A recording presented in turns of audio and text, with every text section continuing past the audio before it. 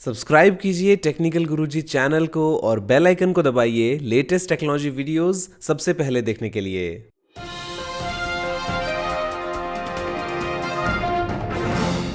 नमस्कार दोस्तों, मैं गौरव आपका बहुत बहुत स्वागत करता हूं टेक टॉक्स के फ्रेश एपिसोड में और लेके आया हूं आपके लिए बहुत ही कमाल की टेक न्यूज। तो चलिए शुरू करते हैं।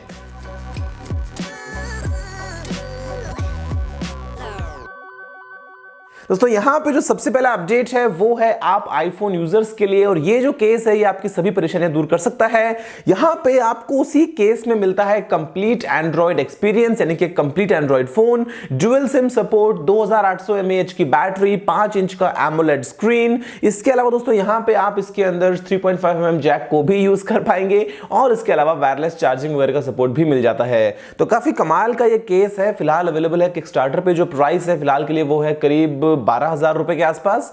अब लेकिन आपने अगर एक आईफोन ले ही लिया है तो 12,000 का केस अगर आप ले सकते हैं तो ले लीजिए। यहां पे आप बहुत सारे काम कर पाएंगे इस केस में। काफी इंटरेस्टिंग गैजेट है, इसलिए मैंने यहां पे इस न्यूज में इसको शामिल कर लिया है।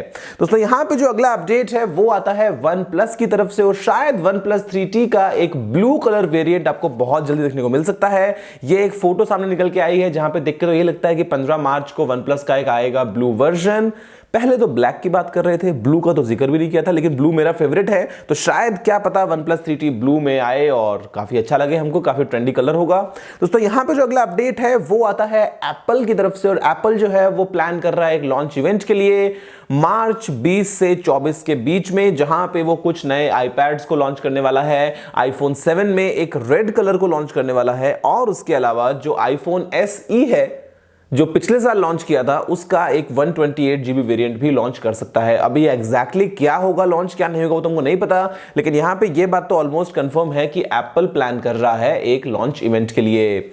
यहां पे दोस्तों जो अगला अपडेट है वो आपके लिए थोड़ी सी एक रिलीफ वाली न्यूज हो सकता है अगर आप स्केप्टिकल हैं उबर में या ओला में ट्रैवल करने के लिए। बिकॉज होता क्या है कि अब वैसे देखा जाए तो पब्लिक ट्रांसपोर्ट में आप किसी भी अनजान की टैक्सी में बैठ के जाते हैं, काली पीली जो टैक्सी होती है, लेकिन जब हम बात करते हैं उबर की ओला की तो ऐसे में सेफ्टी जो है वो बहुत बड़ा कंसर्न बन जाता है। पहले कुछ इंसिडेंट्स वगैरह भी हुए हैं और ऐसे में उबर ओला हमेशा कोशिश करते हैं कि वो कैसे अपनी कैब एक्सपीरियंस को और सेफ बनाएं।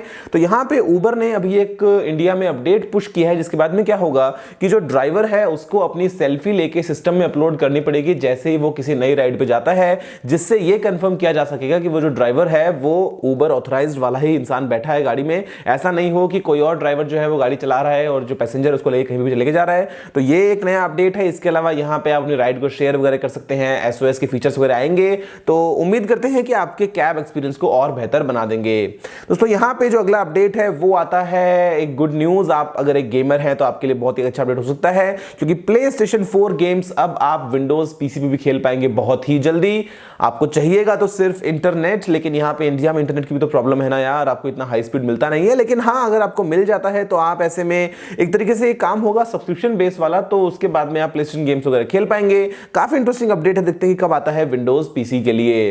दोस्तों यहां पे जो अगला अपडेट है वो आता है जापान से, और जो फुकुशिमा न्यूक्लियर पावर प्लांट है आपको पता है उसके बारे में, सुनामी के बाद से जो है वो बंद है, और वहां पे पता लगाने की कोशिश की जा रही है कि जो रेडिएशन लेवल्स हैं वो क्या है क्या नहीं है। पहले 2 रोबोट जो है वो जल भुन के राख हो चुके हैं। अभी जापान जो है वो एक और रोबोट को भेजने की प्लानिंग कर रहा है, जिससे वो एटलीस्ट मॉनिटर कर पाए कि भाई चल क्या रहा है उस पावर प्लांट के अंदर, जो रेडिएशन लेवल्स हैं वो कितने हैं, ताकि उसका क्या पता सेफ डिस्पोजल किया जा सके। वरना बहुत ही प्रॉब्लम की बात है जो रेडिएशन वगैरह होती है। शुक्र करो कि फिलहाल के लिए लीक नहीं हो रही है। दोस्तों यहां पे जो अगला अपडेट है वो आता है बायो बेस्ड ग्लू के लिए। देखिए जो ग्लू है वो हम सभी की लाइफ का एक एसेंशियल पार्ट है। हम पता नहीं कहां कहां कितनी कितनी जगहों पे इस्तेमाल लेते हैं चीजों को चिपकाने के लिए, लेकिन प्रॉब्लम क्या आती है ना कि पानी के नीचे आप ढंग से चिपका नहीं पाते हैं। तो यहां पे दोस्तों बायो बेस्ड ग्लू जो है कुछ बनाया साइंटिस्ट ने, जो अंडर वाटर भी काम करता है, जो स्ट्रेंथ है वो बड़ी ही कमाल की है। तो ऐसे में ये और आगे रिसर्चेस वगैरह में काम में आ सकता है। और पानी के नीचे वैसे गोंद आप तो नहीं जाएंगे ना चिपकाने के लिए, मैं भी नहीं जाऊंगा, पता नहीं।